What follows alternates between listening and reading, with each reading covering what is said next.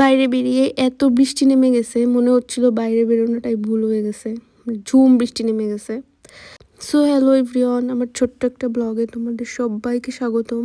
সকাল সকাল উঠে আমি ফ্রেশ হয়ে নিচ্ছিলাম। আর সকালে উঠেই দেখলাম ওয়েদারটা খুবই সুন্দর ছিল আজকে, খুবই রোদ ছিল, মানে শীতটাও খুবই কম ছিল। তারপর আমি সকালের কাজগুলো করার প্রিপারেশন শুরু করলাম, যেমন আমি ঘর মুছছি, তারপর আমি কিছু কাপড় ওয়াশিং মেশিনে দিয়েছি, কারণ আমি এগুলো অনেক দিন জমায় রেখে একদিন হচ্ছে ওয়াশিং মেশিনে দিয়ে দিই।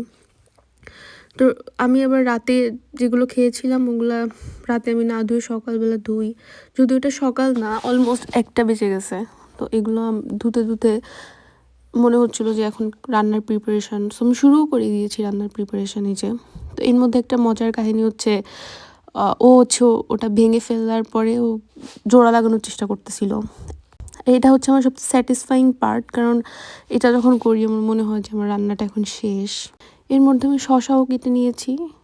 আর যেহেতু সকাল সকাল উঠে এত কাজ শুরু করছিলাম, কিছু খাওয়া হয়নি, সো আমি এখন চা বানিয়ে নিচ্ছি নিজে খাওয়ার জন্য। সব কিছুর পরপর শাওয়ার নিয়ে নিয়ে আমি বাইরে চলে যাচ্ছিলাম কিছু কাজ করার জন্য। বাইরে যেতে যেতে দেখলাম যে ওয়েদারটা খুবই বৃষ্টিময় হয়ে যাচ্ছে, যদিও সকালবেলা দেখে মনে হচ্ছিল না যে বৃষ্টি হবে।